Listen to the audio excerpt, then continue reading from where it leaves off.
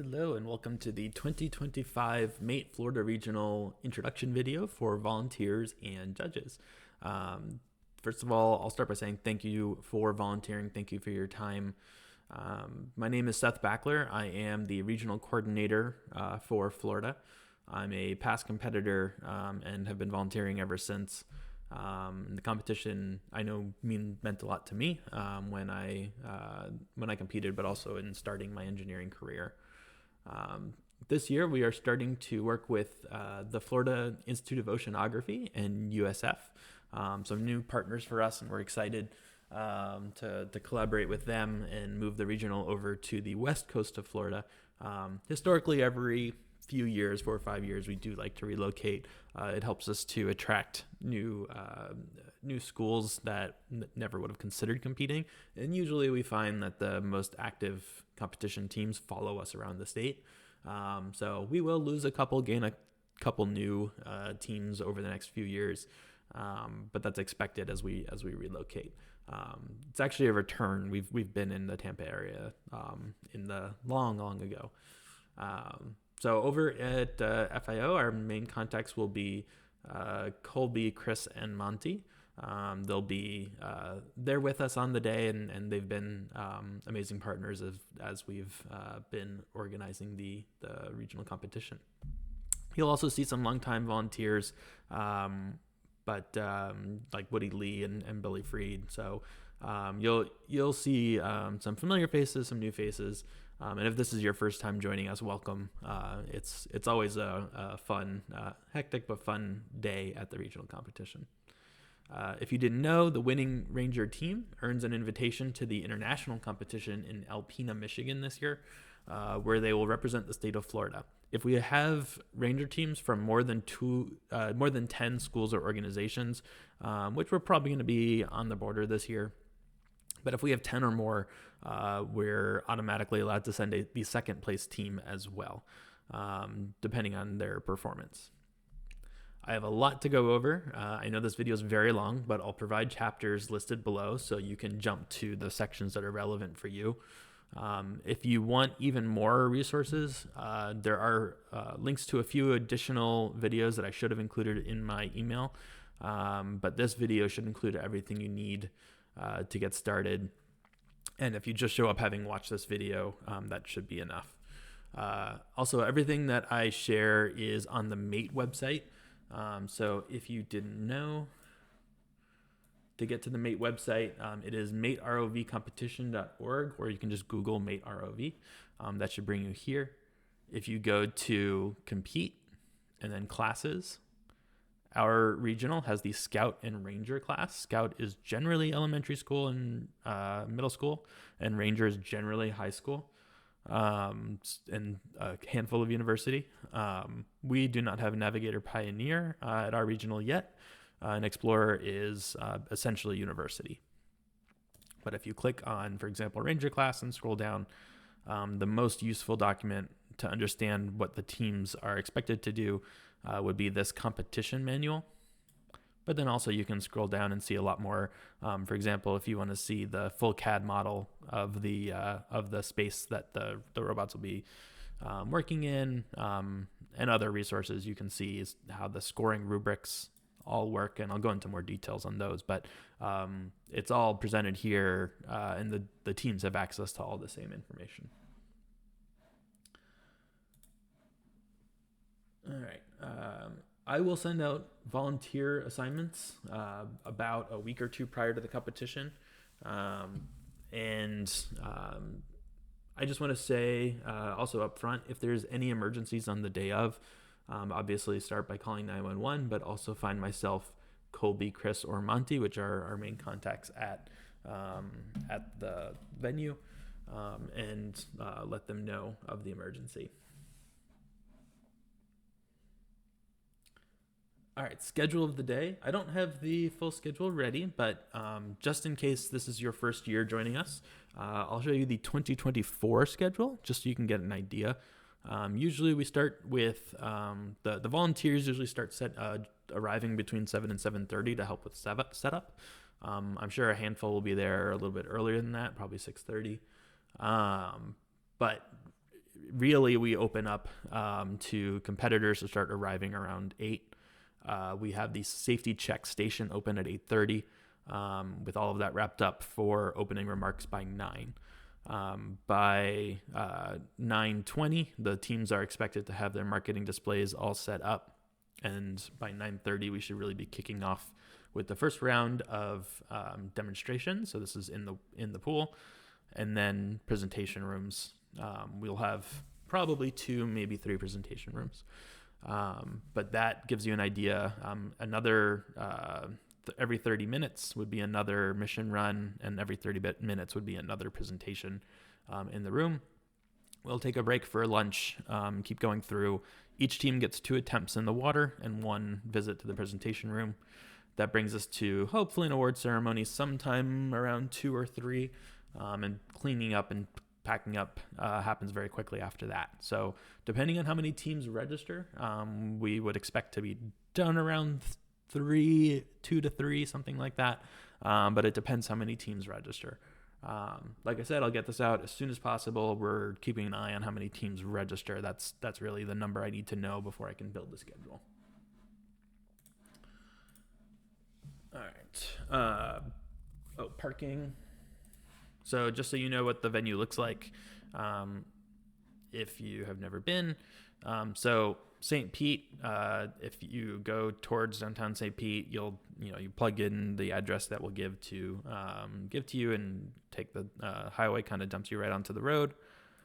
And then it's a very quick drive onto the USF St. Pete campus. Make sure you don't just type in USF. It's specifically the USF St. Pete campus. But you'll come down First Street here, and then we'll send out more details, but either it'll be street parking, and there's quite a lot of street parking all the way along here, not just parallel parking, but diagonal on the street. And we'll send out all the details of what you can expect in terms of, I don't know what the rules will be yet in terms of if you have to pay for that or anything like that. We may have this parking lot next to the roundabout available for volunteers and judges. We still need to figure that out. Once you're out of your car, you'll head over this way, and in here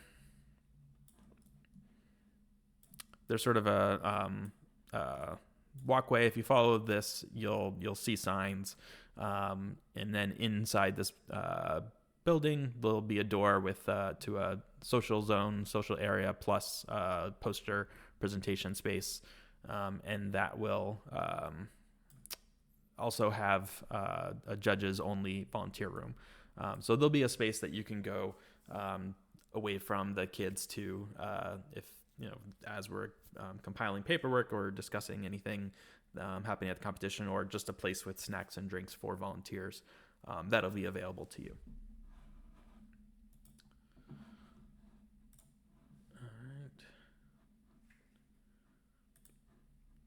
Like I just mentioned, we'll have snacks and lunch available for volunteers. We'll do our best to accommodate a wide variety of potential dietary restrictions. We usually don't take a poll of everyone. We just try to get a wide variety of items available. We'll also have some bottles of water and things like that, but I do suggest you bring a refillable bottle if you have one available. Please be mindful of dehydration and just general exhaustion throughout the day. Take a break if you need one. Especially keep an eye on divers, as they're the ones that often get dehydrated or overexhausted, and they don't really feel it, because they're in the water. If you think you see someone that looks like they need to take a break, whether that's a volunteer or a student, please say something. Please escalate that. All right. With some general business out of the way, I'm going to go ahead and introduce the actual Scout mission and Ranger mission to you. I'm going to play the video that's available online and pause it a bunch of times and explain what's going on. This is good for all volunteers to know, whether you're a poster judge or a presentation judge or a mission judge, just so you know what the students are talking about. All right. This is available on YouTube. You just search 2025 Scout Mission Fly-Through, and same thing with the Ranger, 2025 Ranger Mission Fly-Through, but I'll start with Scout. Also, you'll hear me referencing, or you'll see me referencing a document. The document that I'm referencing is the competition manual that I showed you on the MATE website. All right, so Scout Class Mission Fly-Through.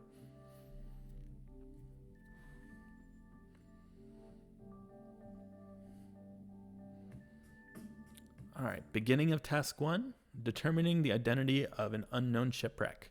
So the first step in identifying this shipwreck will be recovering a dinner plate to determine the build date of the ship. So they'll pick up this, it'll look exactly like this in the water. They bring it to the surface, and then once it's on the surface, the bottom of the plate will show a year. And so that's how students will know that the shipwreck was built on that date.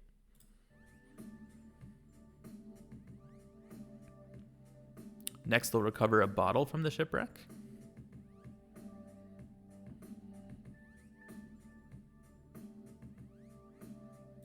And on the bottle will be listed a city and state.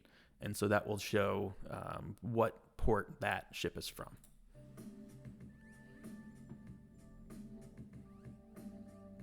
Next, they will recover a piece of cargo from the shipwreck.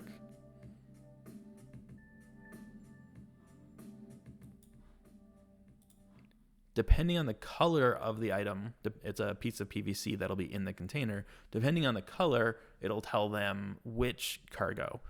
So in the manual, it has a description of red is one. I don't know off the top of my head, but they should know that this color means this color means this. And so they'll pick out the color and say, I know that this ship was carrying lead, for example.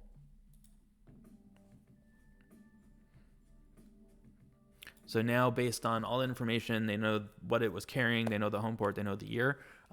They will have provided a manual that will have on the table waiting for them a list of potential shipwrecks that are known in the area. They can use the information that they've gathered to review the list and say, I know that this shipwreck is the Florida, for example.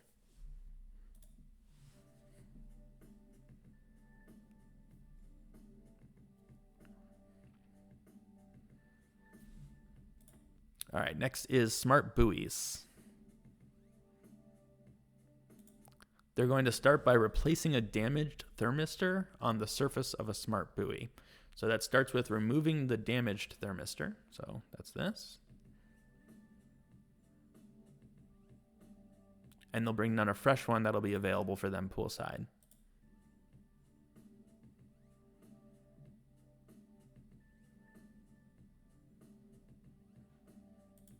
Next is installing a carbon dioxide sensor to the surface of the smart buoy. So this would be provided to them poolside. They'll give it to their ROV and have the ROV drive it down and place it into this holder.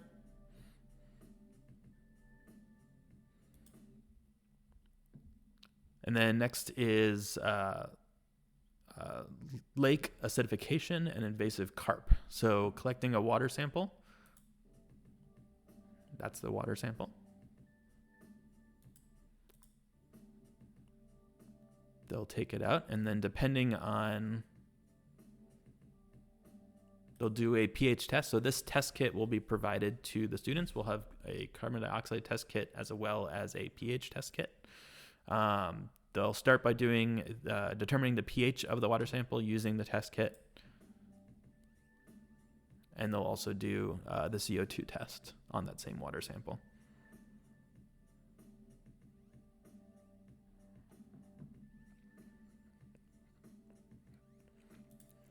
If you're a judge in this area, know that I suspect many students will not have done enough pre-reading to know that they're going to be doing all these things. So they may be a little bit confused about how to use the test. That is not your problem as a judge. You're not there to explain how to use the test kits. They should have researched that. If they're able to successfully give the correct pH and CO2 levels, they're then given a DNA result, so a DNA test result. They will use that DNA test result that they've been given based on the water sample and look through a set of potential species of fish depending on the DNA. So they should be able to match up and say, yeah, I see this kind of carp in this DNA sample.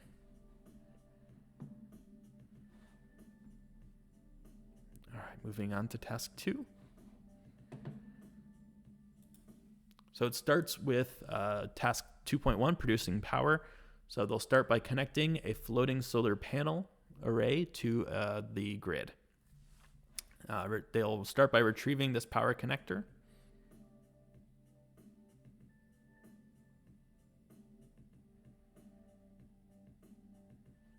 There you go, and retrieving the power connector, and then installing the power connector into the hub.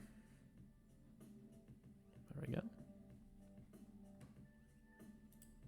They do have to obviously remove the cover before they install the connector, but they can remove the cover. They can retrieve this first, then remove the cover, then put this in.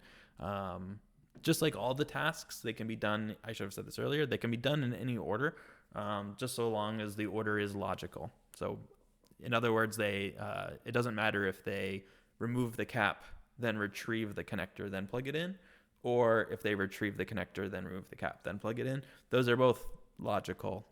So as long as the things are done in order that makes sense, that's fine. But they can do task 2 before task 1, for example.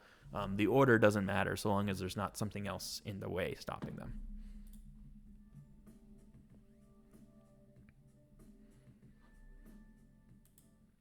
Next is protecting an offshore wind farm from corrosion, starting by replacing a sacrificial anode onto the base of a offshore wind farm by removing the old sacrificial anode. That's this. They have to bring that back to the surface, and then installing the new sacrificial anode.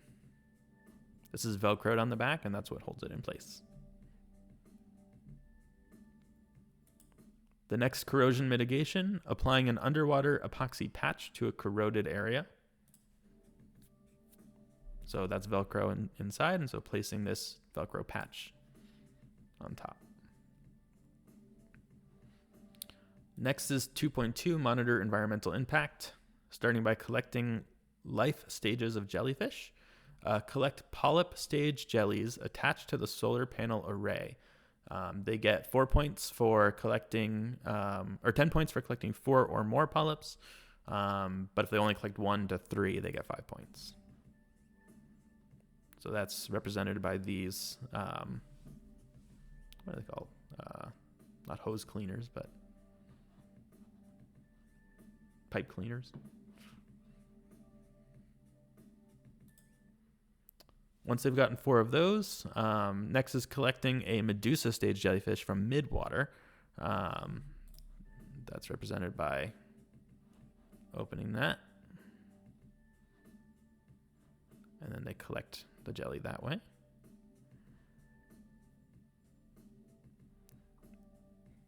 Next is collecting fish species aggregated underneath the solar panel array. They get full points for collecting 4 or more. And that's represented by these balls. And then placing a hydrophone in the designated location. So there'll be this box on the floor, or this square on the floor, and then this will be poolside for them.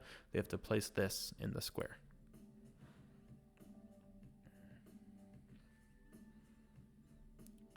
Finally, task 3, mate floats. Their first task is to design and build an operational vertical profiling float. So prior to the competition, they should have this designed and built.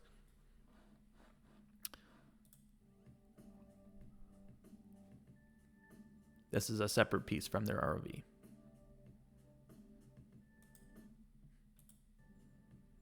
Students should be able to show you a live data feed showing temperature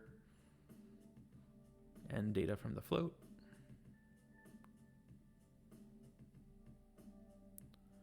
Then it completes a vertical profile, which means goes all the way down and all the way back up.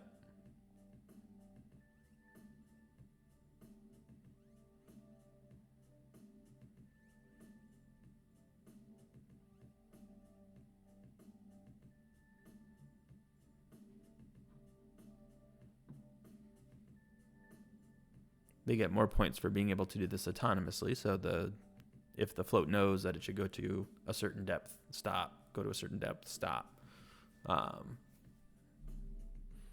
As opposed to manual, so flipping a switch or something like that. Next, the float collects temperature data from 4 points: air, surface of the water, mid-water, and bottom. And they should be able to graph that so you can see depth versus temperature.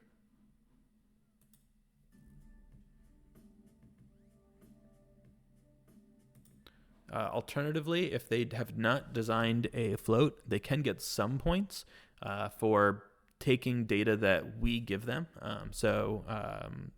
If we hand them a table that says, here's your depth and temperature, if they go ahead and graph that, that's worth 10 points.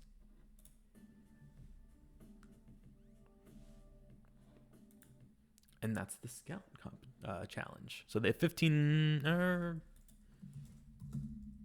me double check.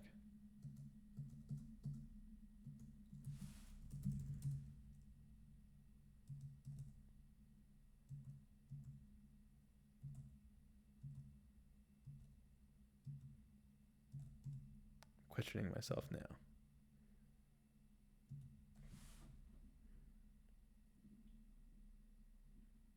Can't remember if it's 12 or 15 minutes to complete for Scout, because Ranger's 15.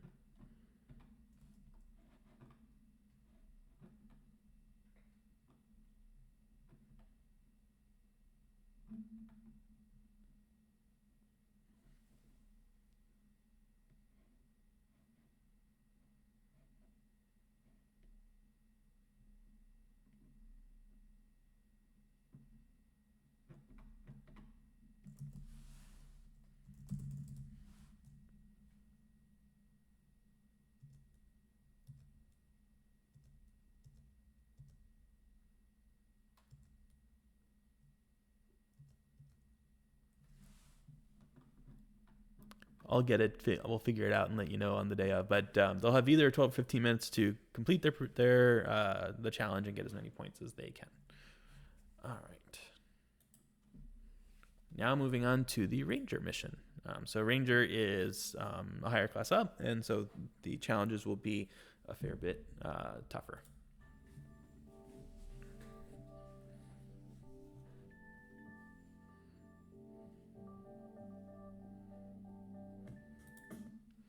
Starting with Task 1, Shipwrecks. Use visual cues to determine the identity of an unknown shipwreck. Number 1, determine the length of the wreck. So what they're actually showing here is, so there's a few things. There's determining the length of the ship. They have to determine what cargo they have in the ship, and they have to identify the shipwreck. There are clues such as what is its propulsion type. So you can see here, this is a paddle wheel as opposed to a propeller.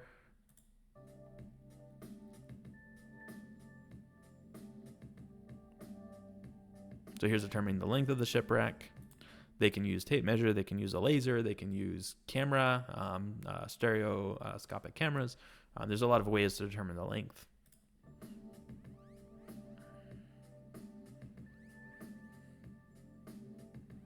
Determining the cargo, so opening up the container to see what color, and this tells them if it's red, bricks, if it's yellow, wheat, if it's black, coal, if it's white, sand.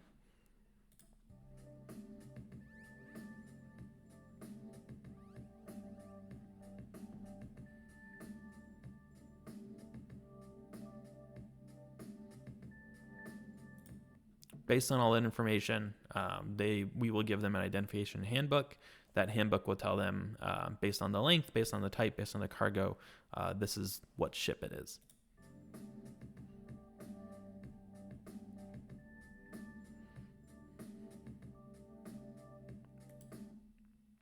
If they bump into the shipwreck at any time, it's a 5-point deduction. Next is creating a 360-degree photosphere image of the shipwreck environment. To do this, they have to be within the square, and they should be able to capture an image that shows all 7 targets. This can be through one camera that has a 360 snapshot at once. It can be through a camera that takes multiple images. And when they're done, they can either get some points for doing still images, showing all of the 7 red targets. So throughout the mission area, there'll be these red squares in different areas. The idea is either they can get still images that show the all 7 red targets from while the ROV is sitting in the red square, or they can take a 360 photosphere that shows the entire mission area and have the ability to move around. So if you watch the screen, it should look like that.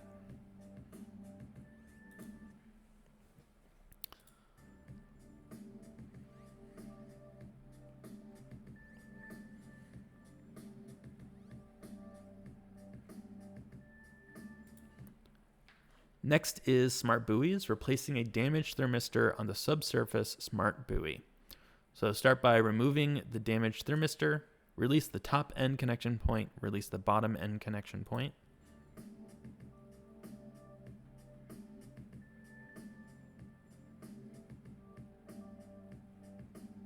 And then return that to the surface. And install the new thermistor.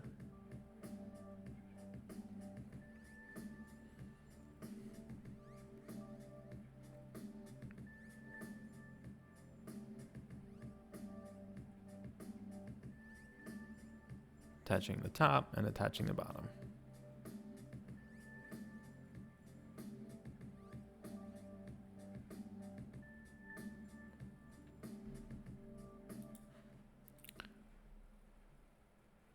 Next is installing a carbon dioxide sensor to the subsurface smart buoy.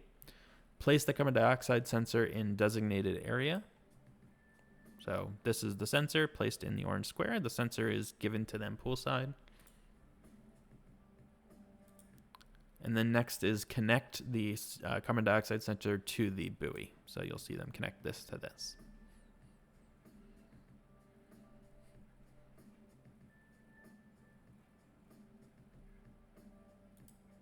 That's going to be a really tricky one. All right, next is lake acidification and invasive carp. They will start by collecting a water sample from this container.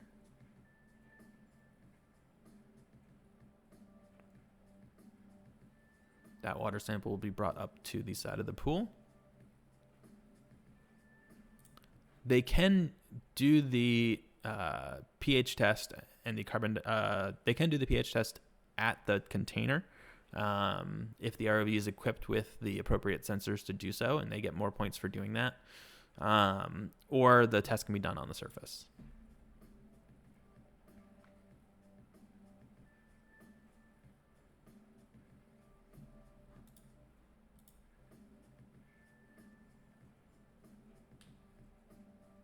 And then they should also measure dissolved carbon dioxide levels in the water sample. Now, using that information, that is simulating doing a DNA test. Once they get the pH and the carbon dioxide results and get it correctly, we will hand them this eDNA of invasive carp. They will use the DNA sample that we give them and a guidebook of different carp DNA that we will also give them, and compare and find which carp are being identified in the water sample.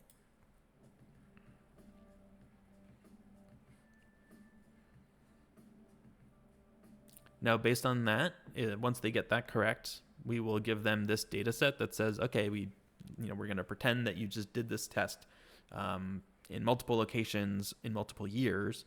So here's the results that you got over the next following years of which kinds of carp are found in different areas over time.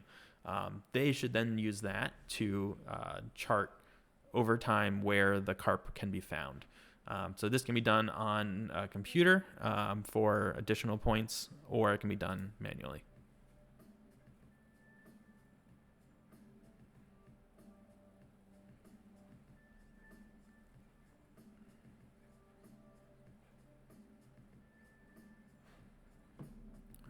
Task 2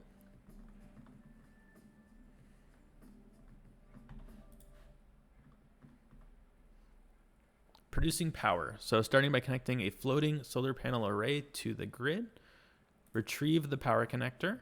So that's the power connector. And you also have to remove the cover from the connection port. So those two can be done in either order. To retrieve the power connector and install it into the port that you just uncovered. Next is protecting an offshore wind farm from corrosion. Replace a sacrificial anode on the base of the wind farm. So this is the sacrificial anode. Disconnect it, bring in the new one, connect it. Next is mitigating corrosion. Conduct a visual inspection of the base structure. So make it all the way around and see all sides of the structure and show the judge. And next is applying an underwater epoxy patch to the corroded area.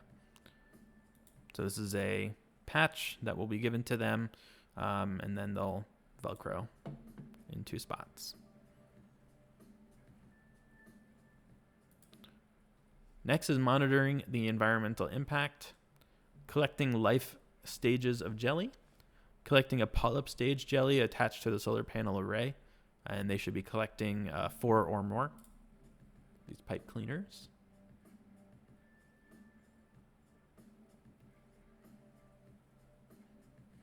Next is collecting a Medusa stage jelly from midwater.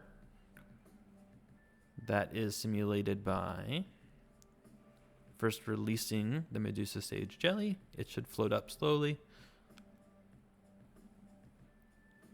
They need to collect it in a way that does not damage it and keeps it in water,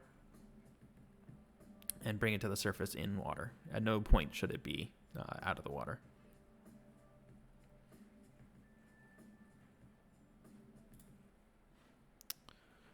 Next is collecting fish species aggregated underneath the solar panel array. They should be collecting 4 of these. They're modeled by these balls.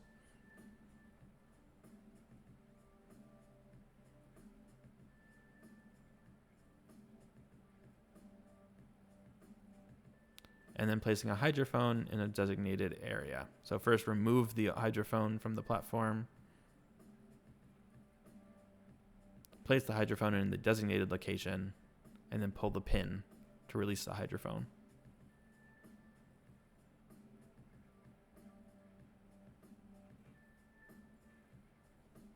And that's task 2. Next is task 3. So you need to start by designing and constructing a vertical profiling float ahead of time. This is something separate from the RV that they should bring.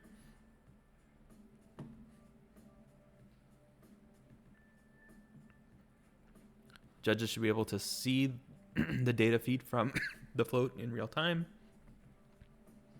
If it only transmits when it's back at the surface, that's still fine. But they need to see a successful communication. The float needs to complete 2 vertical profiles. So go all the way down, go all the way up, go all the way down, go all the way up. Either can do this using a buoyancy engine, which is usually looks like a syringe, or it usually involves a syringe, where you're actually changing the buoyancy of the float to make it sink by pulling in that syringe or expelling it. Alternatively, for example, they could use thrusters, propellers to move up and down. That's just worth less points. The buoyancy engine is the greater points.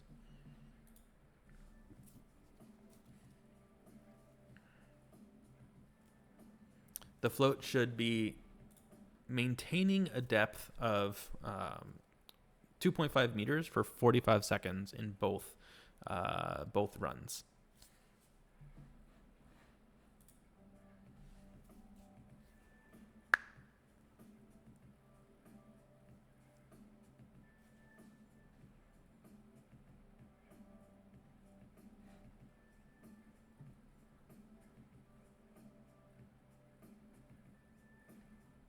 I'll be very impressed if any team actually succeeds with the maintaining 2.5 meter thing. That's going to be very challenging.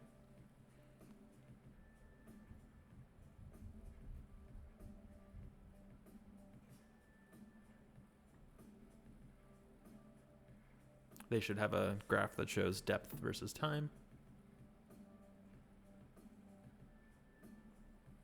And if they don't successfully complete the buoyancy engine and have it run, they can get partial points for us providing them alternative data, and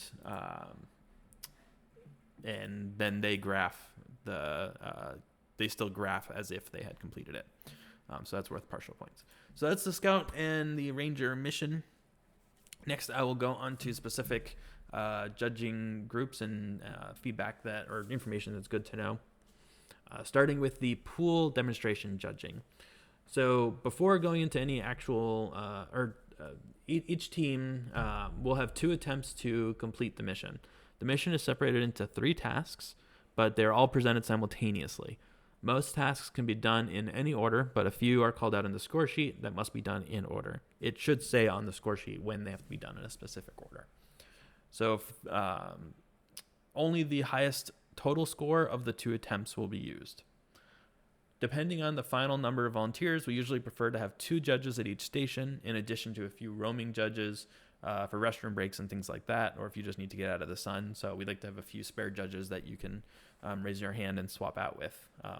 Preferably don't do that mid-mission run, but if you need to have another judge say, hey, can you take the next team? I need a quick break. There will also be a couple divers in the pool who will be resetting the mission area between every attempt. Teams may also request diver assistance with a 5-point penalty to get untangled or recover the ROV to poolside during their attempt. The clock does not stop during diver assistance. So if they say they need help from a diver, that whole process takes away from their mission time. If the mission attempt is interrupted for any reason outside the team's control, such as a bad mate fuse, or we lose 110 volt power, do pause the clock until the team may resume. So if it's our fault that the team is not able to continue the mission for any reason, just pause the clock until we figure out resolution. And tell the team that you're pausing the clock and tell them to wait. When students approach the counter or approach your mission area, welcome them. They'll be very anxious. Tell them, that you wish them luck. When they first approach, make sure to tell them do not start setting up. They can put some stuff down on the table, but that's about it.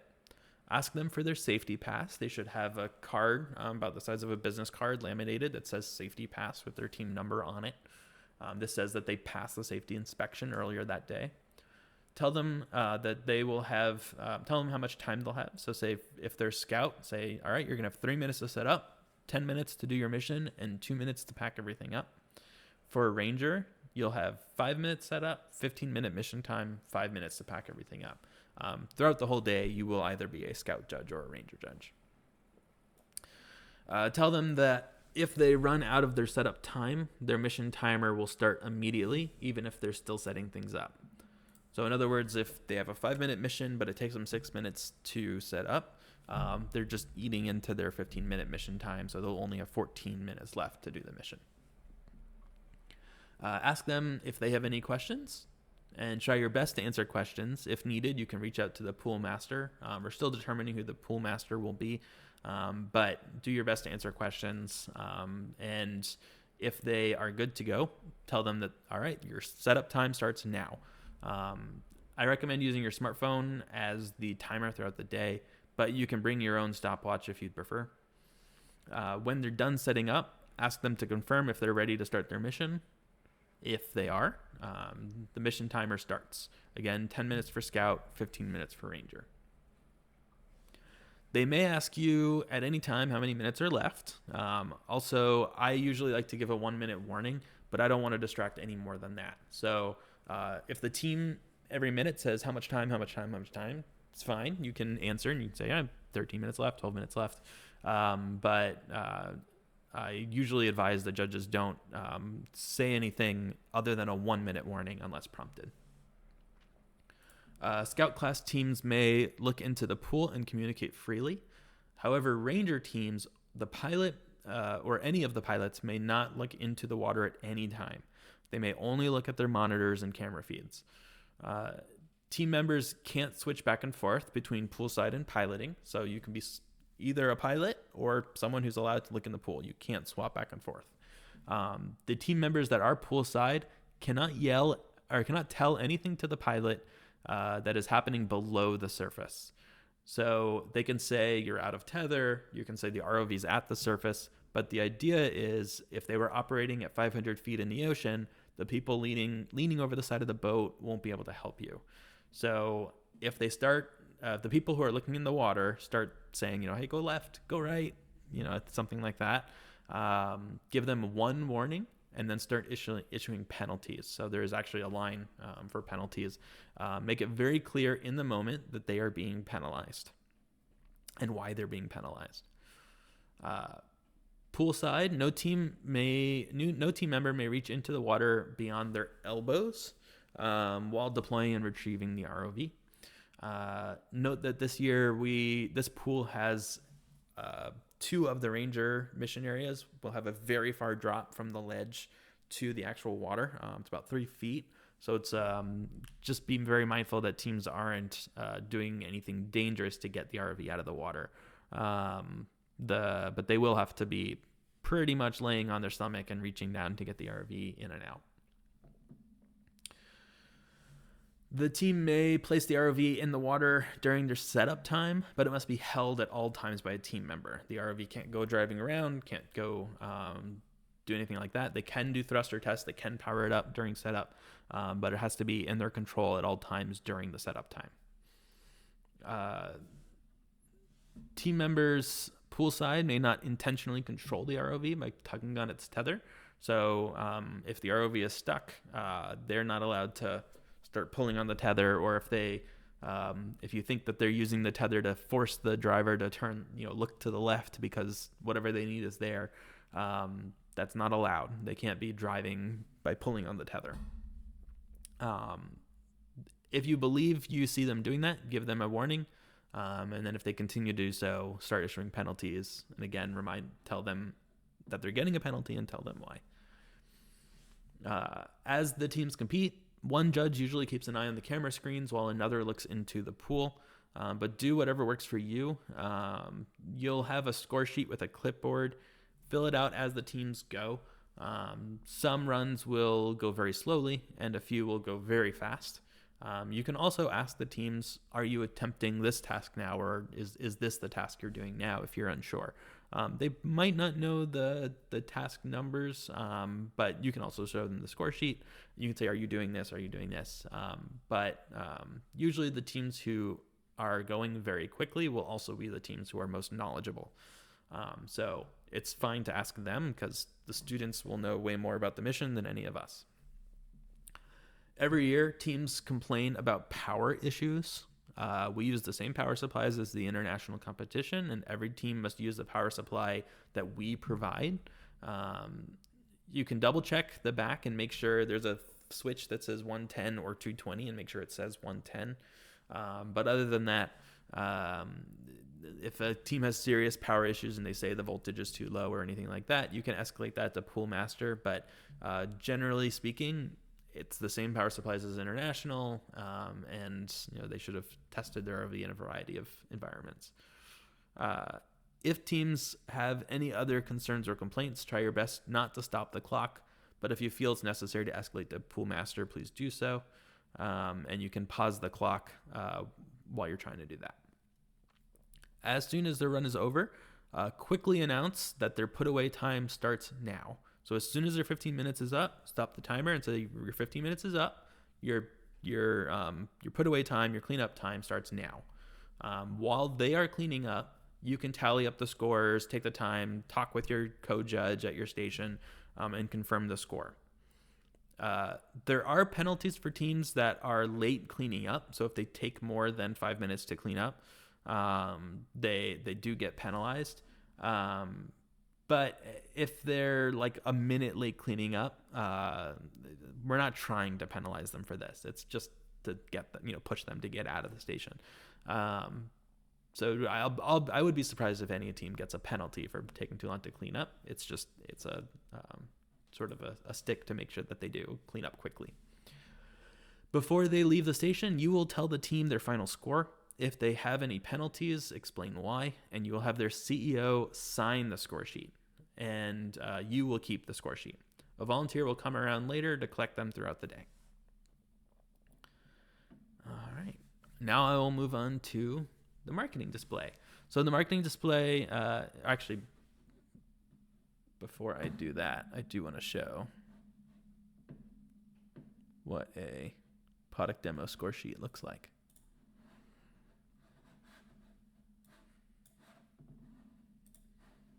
All right, so for product demo, this is what the score sheet looks like. And so you can see it's pretty straightforward. So at the start, have they passed safety and spec? It'll look a little different for Scout. This is Ranger. Have they... I don't think that we are going to require JSE A this year.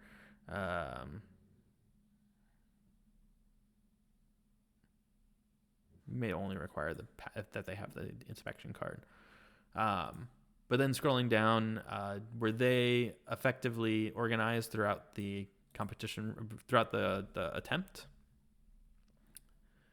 Bonus point for weight. So this should be something the teams tell you as they approach. You can say, hey, what did you weigh in as they approached? And so at the pool entry, we'll have a scale that will weigh the ROVs as they come in. And then throughout the mission, you'll see line by line, and you just circle as they go if they successfully completed each task. And then at the end, here's the deductions that I talked about before. So safety, tether pulling, illegal communication, and debris is leaving things in the pool. Sorry. All right, now moving on to marketing display.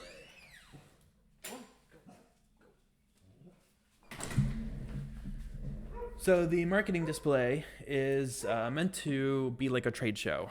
It's meant to educate the general public about their vehicle. It's not meant to require technical knowledge to understand. At least 2 judges will judge every poster, and ideally we'd like to have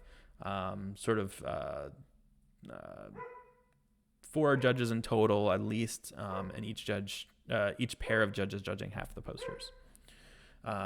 I'm going to spend most of the time talking through the rubric here.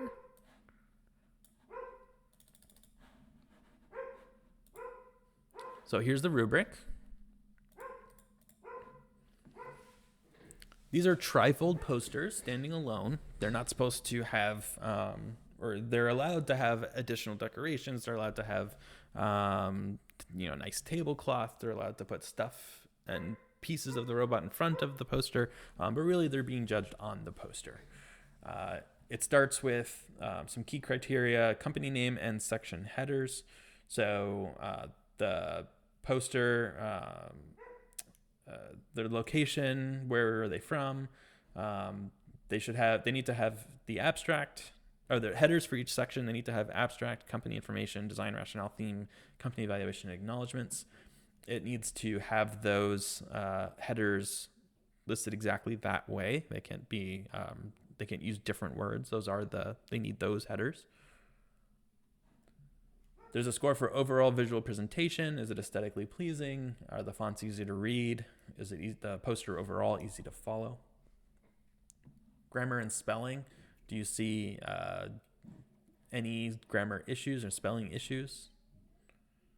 Photo captions and credit. So all photos should have credit or otherwise noted. So sometimes you'll see some posters say off in a corner, unless otherwise noted, photo is credit to this photographer, and that's fine. But every photo should have credit accordingly. Abstract, no more than 150 words, summarizing, just introducing their company and explaining what the ROV is designed to do. Company information, so they should have photos of all team members.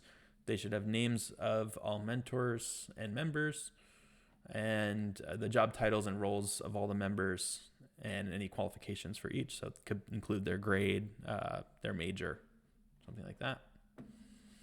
theme, they should have a written response to describing how the ROV can be used to address global problems and how their team addresses UN sustainable goals and environmental, social, and governance goals and how they relate to the theme. They should appropriately cite references and sources, as well as include photos, diagrams, and sketches that are relevant. Next is the design rationale. They should identify specific features of their ROV and explain the benefits of their design. And they should be able to explain how their design can complete the tasks required. Vocabulary and phrasing, they should demonstrate the ability to communicate the engineering process and vehicle design to a wide audience. So again, this is the communicating technical things to a non-technical audience. And they should have photos, diagrams, or sketches of the ROV's key design features.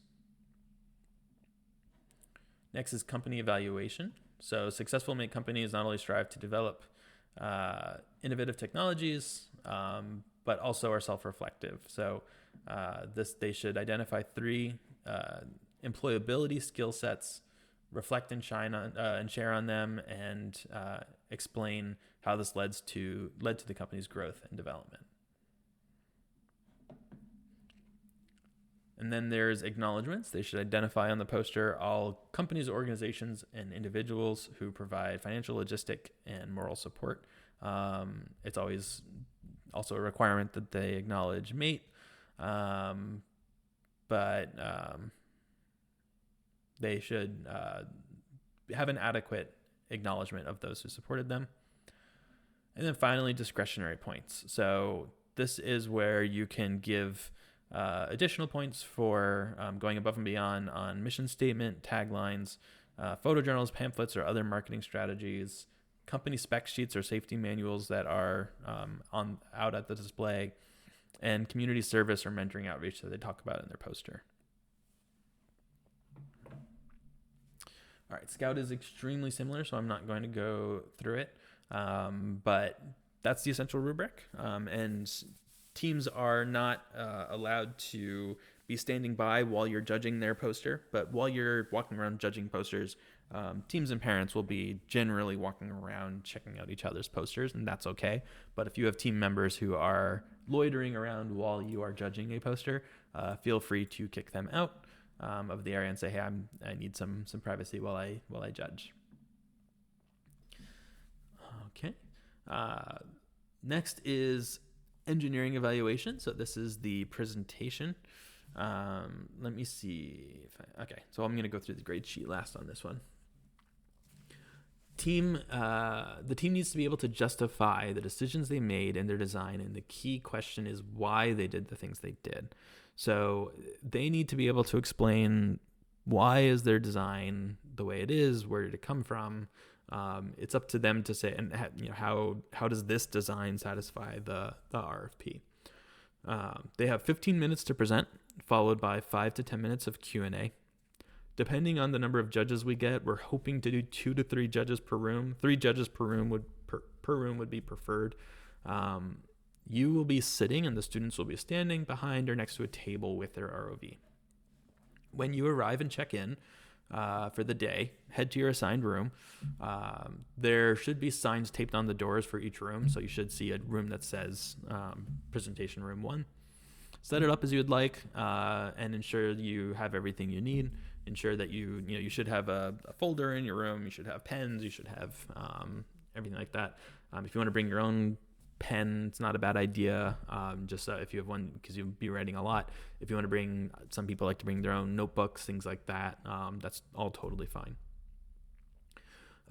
You'll invite, when it's their turn, you'll head out, go out the door and see the team should be waiting there when it's their time slot. You'll invite the team to come in, place their ROV on the table. They must have their ROV with them if it's available. If they came to the competition and didn't even bring an ROV because it's just nowhere near complete, that's okay. They can still present, but generally speaking, we tell them that bringing the ROV to the presentation is a requirement. Once they seem set up and they've put the RV on the table and everything like that, I'll note they're not allowed to bring any projector. They're not allowed to present any PowerPoint up on a screen. They're not allowed to any digital assistant on the day of. They can look at the laptop. It's obviously going to make their presentation much worse, but they can look at it. But they're not allowed to use a video screen to show you a presentation. This is not death by PowerPoint. Once they have set up and they're ready, tell them, all right, before you get started, we'd just like to introduce ourselves, give you a short intro of your name and your background, and tell them, each judge should give their name and their background, and tell them that you'll have 15 minutes to present. Do you have any questions for us? I also like to tell them things like, take a deep breath. We're excited to hear about your vehicle. Just give them a little bit of encouragement, because for the teams that really care about being there, the presentation is probably the most nervous part.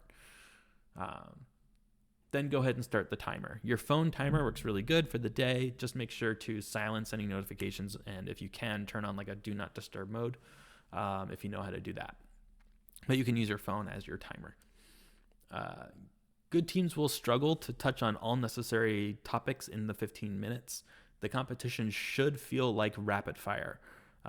Take notes very fast. I do not recommend trying to use grade sheets as they present. I recommend sketching, like writing notes really fast on the back of the page or on another piece of paper. It's going to go very fast, but I would take notes of they talk decently about safety. I might just write like safety check or something like that, like really, really quick notes, because it should go quickly. Most teams will probably present for about 6 to 10 minutes and then fizzle out because they forgot what they were supposed to talk about, or just didn't practice or rehearse much. That's okay. Just after the 6 to 10, whenever they're done presenting or at their 15 minutes, just launch right into Q&A. During the presentation, you can interrupt and ask a question or two, but we're not trying to pressure test the kids. So think of it this way. If you were in a real business presentation and you had a legitimate question mid-presentation, it's appropriate to ask that kind of question. But generally speaking, it's rare to interrupt a team mid-presentation. When the 15-minute timer ends, you can stop it and basically let them finish the sentence or train of thought before forcing them to stop. So another 20 seconds or 30 seconds is okay. But generally it should be finishing up what they were already saying. The questions during presentation or Q&A should not directly be leading questions to help them get points. So if they didn't talk about safety, don't ask them leading Q&A questions trying to get them questions about safety. Try to get them points. But if they say something in Q&A that would have earned them points during the presentation, you can reward them points at your discretion. This is always a tough conversation of exactly how many points they earn based on those conversations.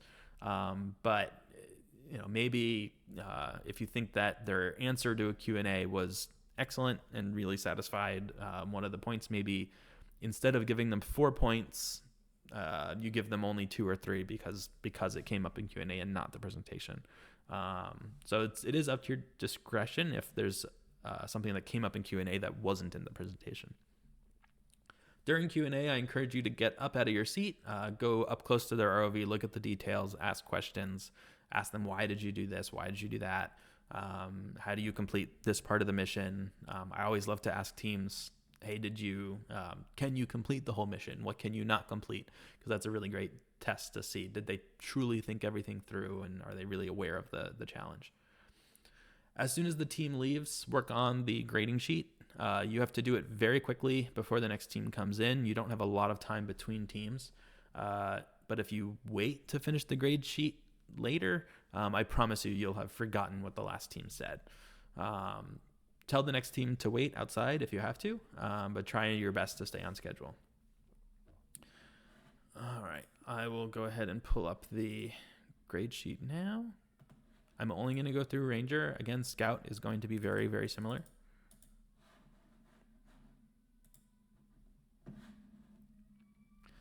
You will be scoring a mixture of Rangers and Scouts.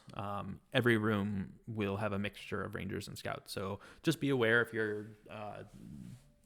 you're doing a Ranger or a Scout team, and select the correct rubric as you're preparing as the team comes in. You'll have copies of both. All right, so every single row is essentially out of 4 points. So they could earn 0, 1, 2, 3, or 4. And starting at the top, you have safety. So did they actually touch on safety content? Presentation highlighted safety features and philosophy. Did they describe other vehicle-specific safety precautions related to mission tasks? And this could be safety of the operators, safety for the vehicle, safety for the environment. Did it have, this could be electrical safety, this could be physical safety. Did they actually touch on safety directly? Did they describe how well the team's safety philosophy covers personnel, equipment, and operational safety? Operational safety is an interesting one that most teams forget. So, when they're actually operating, do they have a process for, make sure that these items are put on the table because they're not on the floor because they're electrical.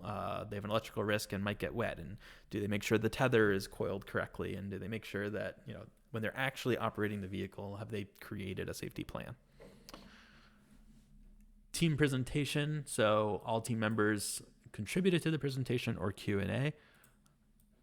Company was well prepared for the presentation. Presentation was dynamic, clear, and informative. They demonstrated that the project was a collaborative effort with each member contributing. This doesn't have to be like perfect distribution, but it'll be very obvious when only 1 or 2 members is contributing and all the rest were just kind of along for the ride. We're trying to avoid that. Company seemed cohesive, inclusive, and supportive. Again, this is usually apparent when teams are not cohesive and inclusive and supportive. It usually comes out. It's not a subtle thing. Company demonstrated self-teaching and mentoring among team members.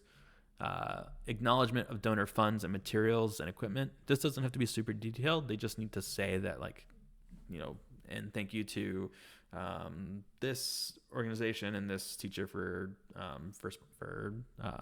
giving us funds or giving us our thrusters, for example.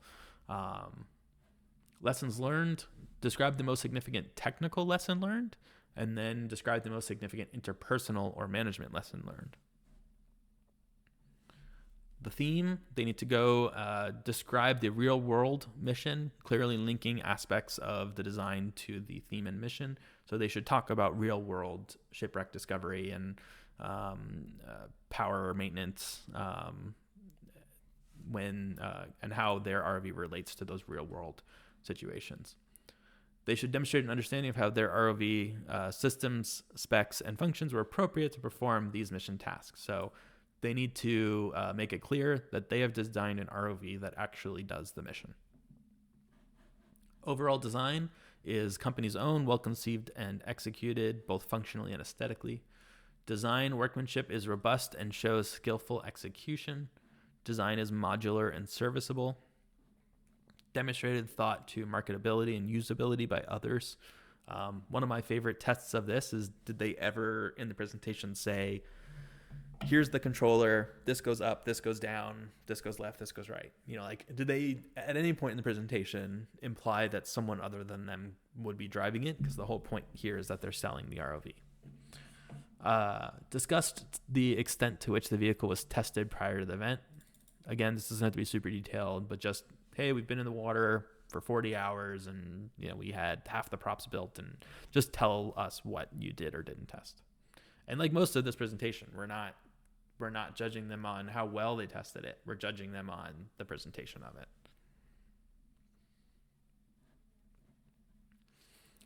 Described an overview of the vehicle as a overall subsystem and its subsystems.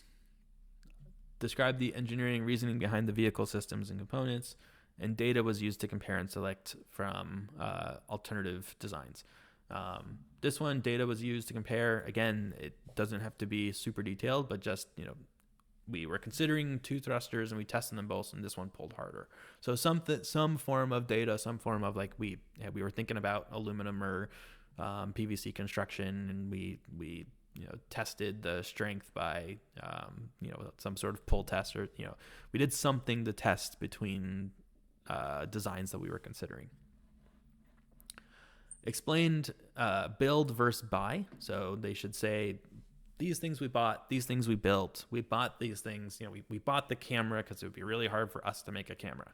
That's all they need to explain.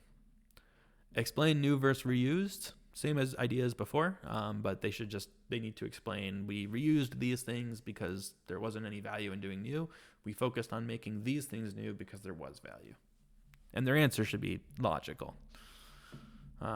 Discretionary points, exceptional design and innovation. This is especially fun if they create tools that are really clever to solving the problems. Developed exceptional original software. Demonstrated remarkable effort to design and manufacture every component of the vehicle. And then other. So there is a space to give additional discretionary points if you think it's necessary. Deductions. So the coaches, mentors, parents significantly interfered during the presentation. The coaches, mentors, and parents should be saying nothing during the presentation.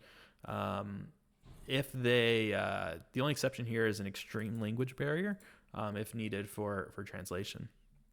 But generally speaking, coaches, mentors, and parents should not be saying anything. If they do, or if they make any noises, I encourage you to strongly shut that down immediately.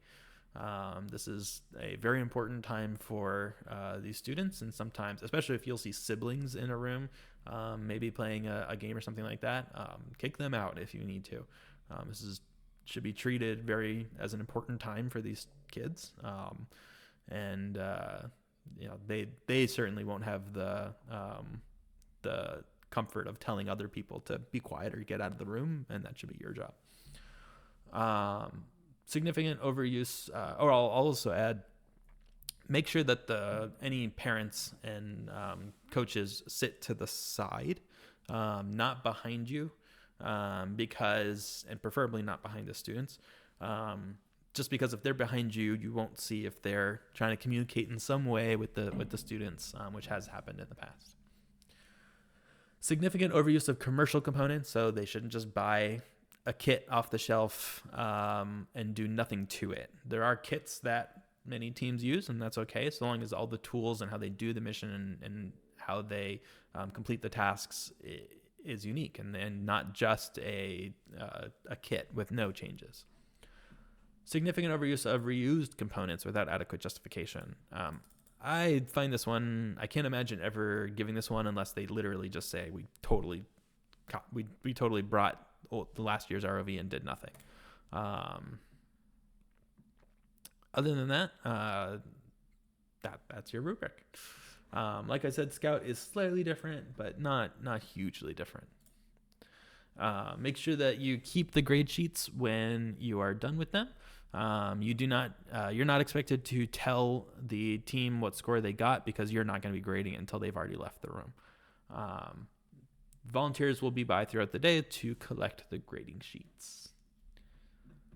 All right. If you've made it to the end, thank you so much. I know this is it's a long journey every year, but hopefully this video provides some background and expectations. It's a really fun day. It goes by so fast, at least for me. Hopefully the other judges feel the same way. The competition was one of the most meaningful things of my my young adulthood. And I know hundreds of students who have had incredible experiences, and you're part of making that happen by volunteering and participating. So thank you so much. If you have any questions, feel free to email me. Like I said, I'll do my best to email as soon as I can, finalized schedule, parking information, volunteer assignments, things like that. But for now, plan to be at USF St. Pete and around 7:30 a.m. until 2 p.m., 3 p.m. And we'll bring you snacks and food, and you're welcome to bring anything along those lines that you'd like. If you're going to be by the pool, have very comfortable short sleeves, but closed-toed shoes, sunscreen, hat, things like that. We'll do our best to make everyone as comfortable as we can, and have a good time, have fun, network with the students, connect with the students. If you meet a student that you think you can help because they live in your city, network with them. That always leads to some incredible stories of kids who end up interning with different companies, things like that. So with that, have a great couple of weeks, and I will see you in St. Pete.